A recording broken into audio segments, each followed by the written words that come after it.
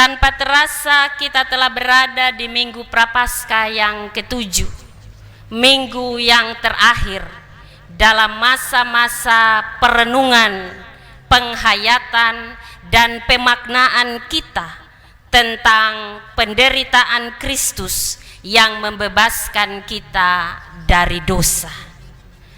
Di bulan ini kita dipayungi dengan tema penderitaan Kristus membebaskan hidup dari kegelapan dosa.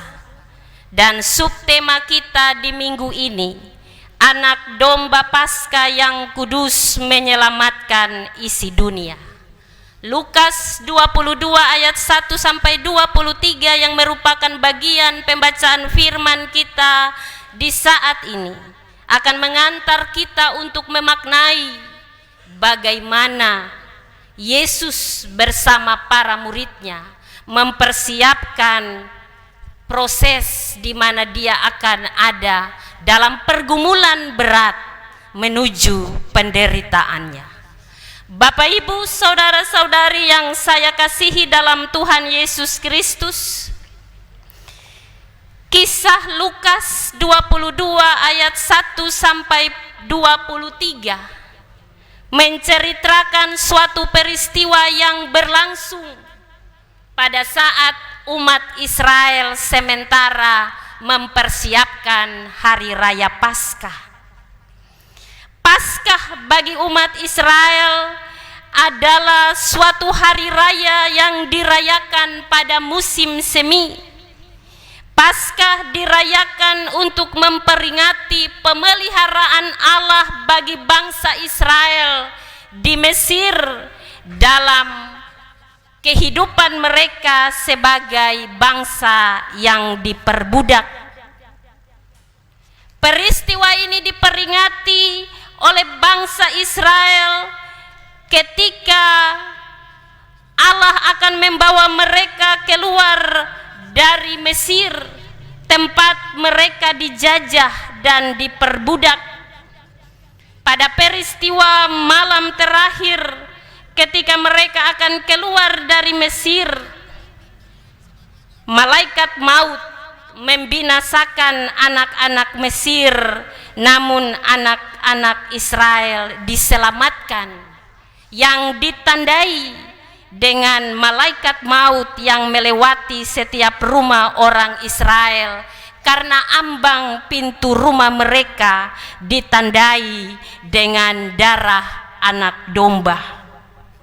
Ketika malaikat maut melewati setiap rumah bangsa Israel yang telah ditandai dengan olesan darah anak domba, maka anak-anak sulung bangsa Israel hidup, tetapi anak-anak sulung bangsa Mesir mati.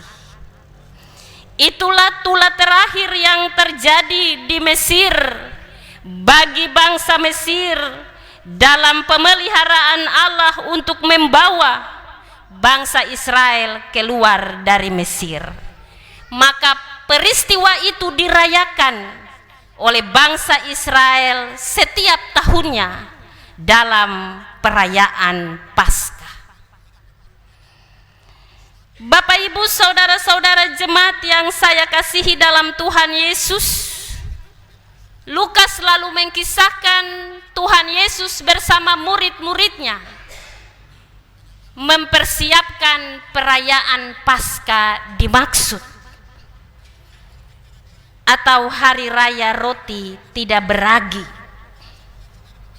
Dalam ayat 1 sampai 2 bagian firman kita yang baru saja kita baca dan dengar, digambarkan di sana bahwa menjelang perayaan roti tidak beragi atau Paskah itu, para imam-imam kepala dan ahli-ahli Taurat mencari jalan untuk membunuh Yesus. Dan rencana mereka ini telah sempurna, tidak dapat dibatalkan lagi. Kemarahan mereka, kebencian mereka kepada Yesus, iri hati mereka kepada Yesus telah meluap menjadi rencana pembunuhan. Namun pada saat itu mereka terkendala karena banyak orang yang bersimpati dan menjadi pengikut Yesus, sehingga mereka mencari siasat jalan agar mereka dapat membunuh Yesus. Mereka lalu mendekati salah satu murid Yesus.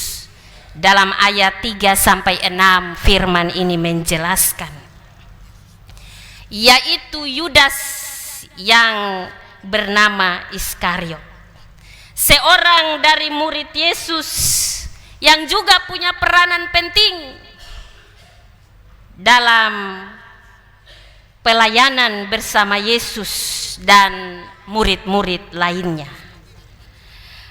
Para imam dan kepala pengawal bait Allah ini pergi menjumpai Yudas, berunding membuat kesepakatan bagaimana cara mereka dapat membunuh Yesus. Yudas setuju. Dia tergiur dengan janji, jaminan yang akan diberikan oleh imam kepala dan kepala-kepala bait Allah untuk memberikan dia sejumlah uang jika Yudas dapat menyerahkan Yesus kepada mereka. Bapak Ibu, apa yang terjadi pada Yudas? Iblis berkuasa atas dirinya, hatinya, bahkan seluruh kehidupannya. Ia lalu bersepakat menyetujui rencana para imam dan kepala rumah ibadat untuk membunuh Yesus. Dia diiming-imingkan dengan 30 keping perak sebagai imbalan jika berhasil. Yudas menyetujui, lalu dia mencari kesempatan untuk menyerahkan Yesus kepada mereka. Selanjutnya dalam ayat 7-13 menggambarkan bagaimana Yesus mempersiapkan perayaan Paskah yang akan dia lakukan bersama para muridnya. Dia berbicara bersama Petrus dan Yohanes, "Pergilah, persiapkanlah perjamuan Paskah bagi kita supaya kita makan." Mereka bertanya kepada Tuhan Yesus, "Di manakah engkau menghendaki kami mempersiapkannya?" Yesus telah mengatur semuanya. Dia menyuruh mereka, "Apabila kamu masuk ke dalam kota, kamu akan bertemu dengan seorang yang membawa kendi berisi air. Ikutilah dia ke dalam rumah yang dia masuki, dan katakanlah kepada tuan rumah itu, Guru bertanya kepadamu, di manakah ruangan tempat aku bersama-sama dengan murid-muridku akan makan Paskah?" Bapak Ibu, saudara-saudara yang dikasihi dalam Tuhan Yesus Kristus, Yesus tahu waktunya sudah dekat. Dia sudah mempersiapkan persiapan untuk makan Paskah bersama para muridnya. Karena itu Petrus dan Yohanes taat pada perintah Yesus untuk mengikuti apa yang dia katakan, dan mereka melakukan apa yang Yesus perintahkan bagi mereka. Dari ayat 7-13 bagian firman ini mau menggambarkan bagi kita bahwa Yesus sudah mempersiapkan semuanya.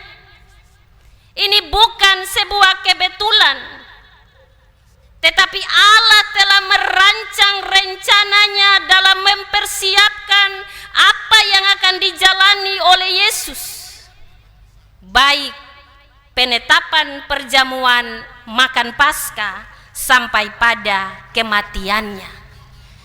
Yesus sudah tahu, dan dia mengatur di dalam kuasa dan kehendaknya. Karena itu dia Allah yang luar biasa. yang sudah mengetahui segala sesuatu sebelum kita mengetahui dan melakukannya. Bagian ayat 14 sampai 23 menggambarkan bagaimana Yesus bersama-sama dengan para muridnya ada dalam jamuan makan malam Paskah. Kita melihat dalam bagian firman ini bahwa perjamuan Paskah yang dilakukan oleh Yesus bersama para muridnya untuk memperingati pemeliharaan Allah yang membebaskan Israel keluar dari Mesir, Yesus mengaitkannya dengan penderitaannya yang akan dia alami di kayu salib. Makan perjamuan yang dilakukan oleh Yesus bersama para muridnya menjadi makan malam perjamuan yang terakhir sebelum penggenapan yang akan terjadi di dalam kerajaan Allah. Dia mengambil roti, memecah-mecahkannya sebagai lambang tubuhnya yang akan hancur dan terpecah-pecah, lalu membagikan kepada murid-muridnya. Dia mengambil cawan minuman anggur, lalu dia menyerahkannya kepada murid-muridnya sebagai lambang darahnya yang akan tercurah dari tubuhnya di kayu salib. Hal ini mengingatkan bahwa akan ada yang menyerahkan hidupnya, tubuhnya bagi keselamatan dunia dan manusia. Yesus tahu dia akan mati. Yesus tahu dia akan menjalani proses penderitaan yang sangat menyakitkan. Tetapi apakah dia mundur? Dia punya kuasa untuk dapat membatalkan penderitaannya, kematiannya. Tetapi dia tetap berjalan menuju penderitaan dan salib itu tanpa sebuah protes. Dia taat dan setia untuk menggenapi janji keselamatan Allah bagi dunia, walaupun salib konsekuensinya, walaupun salib resikonya. Dia menatap ke depan, walaupun salib itu sebuah penghinaan, tetapi dia tetap maju menerima penghinaan itu. Dan pada akhirnya penghinaan itu berbuahkan kemuliaan, kemenangan, keselamatan bagi Bapak Ibu dan saya. Kita bebas dari dosa, kita diselamatkan dari kematian. Penderitaannya membebaskan hidup kita dari dosa dan kematian yang harusnya kita tanggung. Dia bayar keselamatan Bapak Ibu dengan saya dengan harga yang mahal. Bahkan dia menyelesaikannya dengan sempurna tanpa meninggalkan sisa. Bapak Ibu jemaat yang saya kasihi dalam Tuhan Yesus Kristus, mungkin bagian firman ini menjadi pembacaan yang biasa kita bacakan, biasa kita maknai dalam minggu-minggu Prapaskah menjelang kita ada dalam peringatan kematian Tuhan Yesus. Tetapi ada makna dari bagian firman ini bagi kehidupan Bapak Ibu dan saya.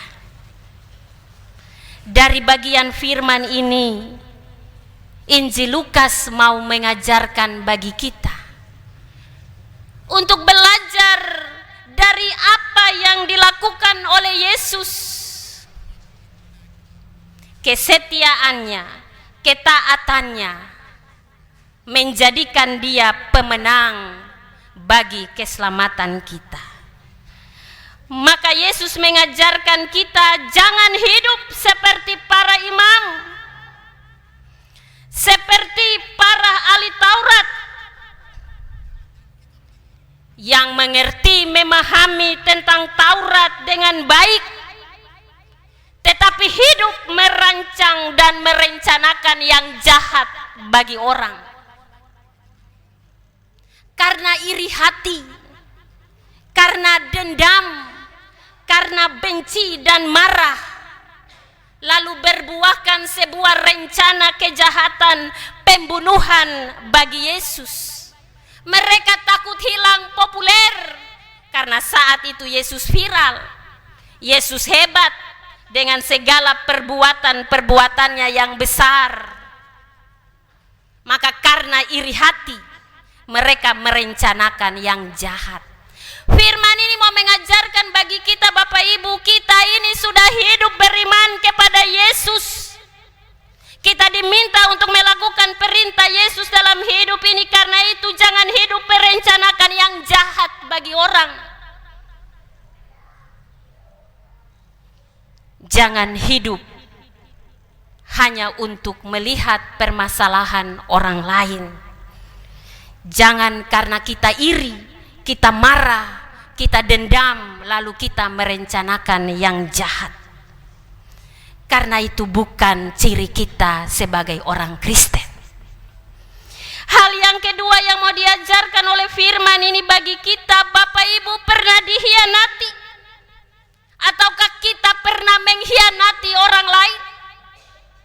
Yudas, murid Yesus yang hidup bersama Yesus, makan bersama Yesus, berjalan bersama Yesus, tetapi pada akhirnya menjadi pengkhianat, menjual Yesus hanya dengan 30 keping perak.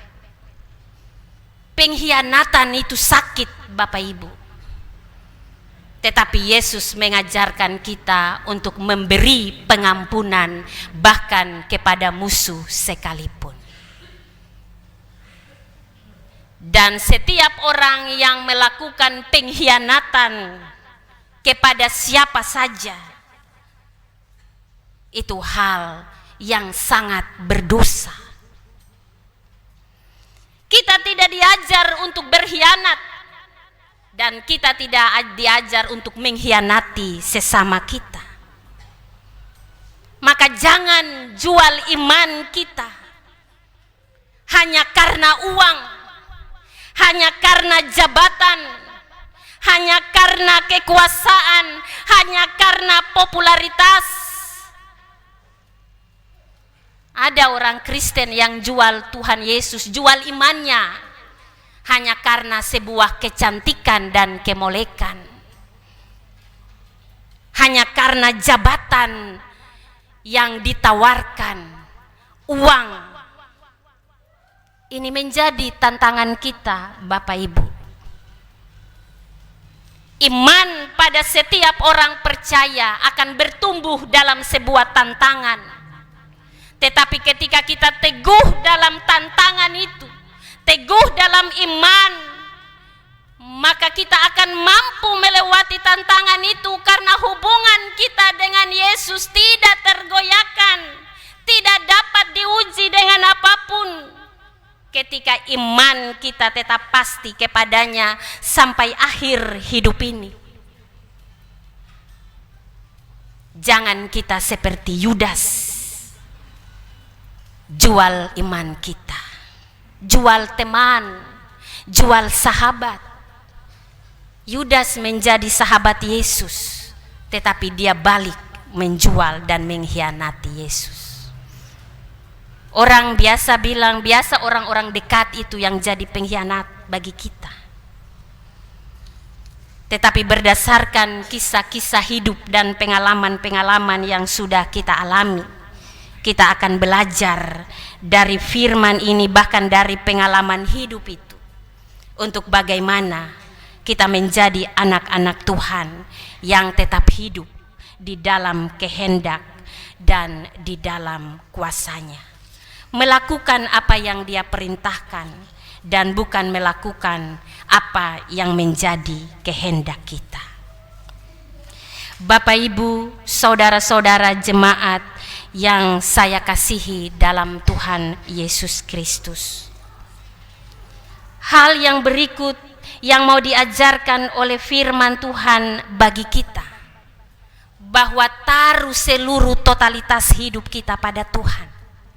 Sebab sebelum kita merencanakan segala sesuatu, sebelum kita melakukan segala sesuatu, Dia sudah tahu apa yang akan kita buat. Ketika Dia menyuruh Petrus dan Yohanes melakukan segala sesuatu di dalam kehendaknya, mereka tidak tahu apa yang sudah Yesus rencanakan dan lakukan, karena itu di luar kuasa mereka. Yesus sudah mempersiapkan segala sesuatu di dalam otoritas dan kehendaknya, karena Dia berkuasa atas hidup ini. Dia Allah yang memegang kendali dan berkuasa atas setiap kehidupan kita. Maka mari kita bangun kehidupan yang lebih dekat dan bergantung padanya, sebab tidak ada Allah yang lain yang mampu melakukan seperti apa yang dilakukan oleh Yesus Tuhan kita. Dan hal yang terakhir yang mau diajarkan firman Tuhan ini bagi kita, ketaatan dan kesetiaan akan membawa kita kepada kemenangan. Sebesar apapun tantangan, penderitaan, pencobaan dan godaan dalam hidup ini, perteguh iman di dalam Tuhan, sebab Dia telah melakukannya bagi kita sebelum kita menerima segala pencobaan dan tantangan dalam hidup ini. Jangan kita tolak proses yang Tuhan bentuk bagi kita lewat penderitaan dan tantangan. Maju terus seperti Yesus. Dia tahu Dia akan menderita, sengsara, bahkan mati di kayu salib, tetapi Dia berjalan terus memandang salib itu, menyelesaikannya dengan sempurna bagi keselamatan Bapak Ibu dan saya. Dia sudah menanggung dosa-dosa kita. Maka ketika kita diperhadapkan dengan tantangan, penderitaan, masalah dalam hidup, jangan lari dari persoalan hidup kita. Jangan lari dari penderitaan kita, jangan cari jalan lain. Sebab jalan lain belum tentu membawa penyelesaian setiap pergumulan hidup kita. Datang pada Yesus yang sudah melakukannya bagi kita. Dia akan menyelesaikannya dengan sempurna di dalam kehendaknya. Dia telah merelakan tubuh dan darahnya tercabik-cabik, tertumpah demi keselamatan kita semua. Dia bayar dengan harga yang mahal dan lunas. Maka apa balasan kita untuk penderitaannya, untuk pengorbanannya, untuk kematiannya? Kristus tidak akan menderita untuk kali yang kedua.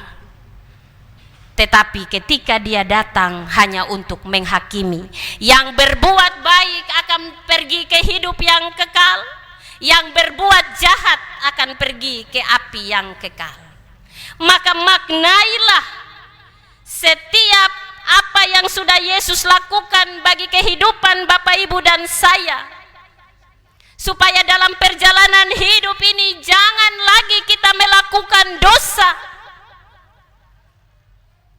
jangan lagi kita mengkhianati Yesus dengan perbuatan-perbuatan kita yang tidak berkenan kepadanya. Kalau kita bilang kita ini murid, maka kita harus mengikuti apa yang guru ajarkan. Maka Yesus yang adalah guru dan Tuhan kita, mari ikuti ajarannya, mari lakukan apa yang Dia perintah. supaya kita akan menerima mahkota kemuliaan yang sudah Dia sediakan. Hari ini di tengah persekutuan umat Tuhan di jemaat diaspora,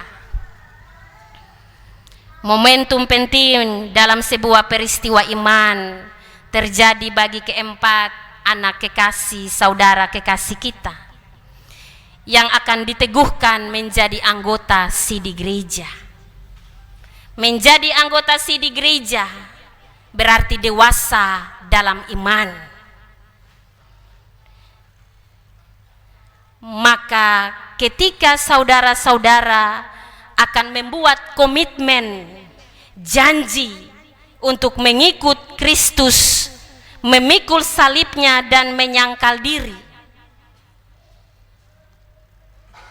lakukanlah dalam sebuah keteguhan iman.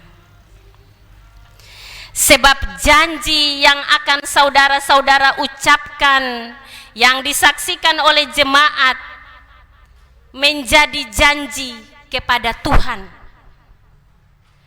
Saudara-saudara bukan sekedar berani mengucapkan janji itu, tetapi juga setia pada pengakuan dan janji itu.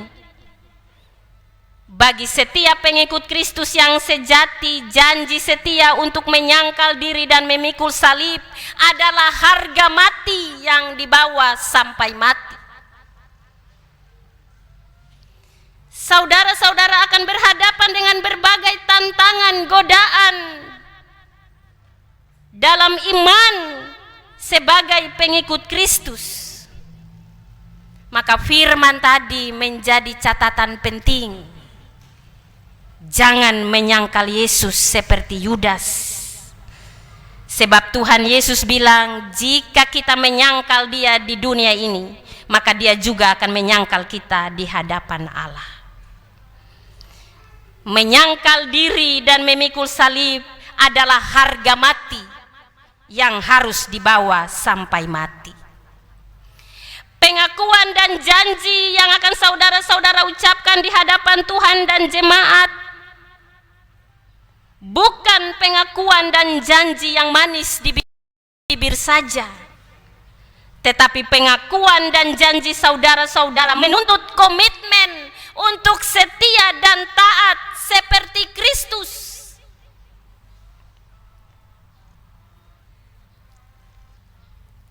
Dia menggenapi janjinya sekalipun salib resikonya. Maka mari kita pun setia pada pengakuan dan janji kita untuk mengikuti Dia sepanjang hidup ini dan memikul salib sepanjang hidup kita. Andalkan Tuhan dalam perjalanan hidup kita semua. Sebab menyangkal diri dan memikul salib tidak gampang. Salib itu berat. Tuhan Yesus saja jatuh sampai 3 kali saat Dia pikul salib. Kita punya salib yang berbeda-beda,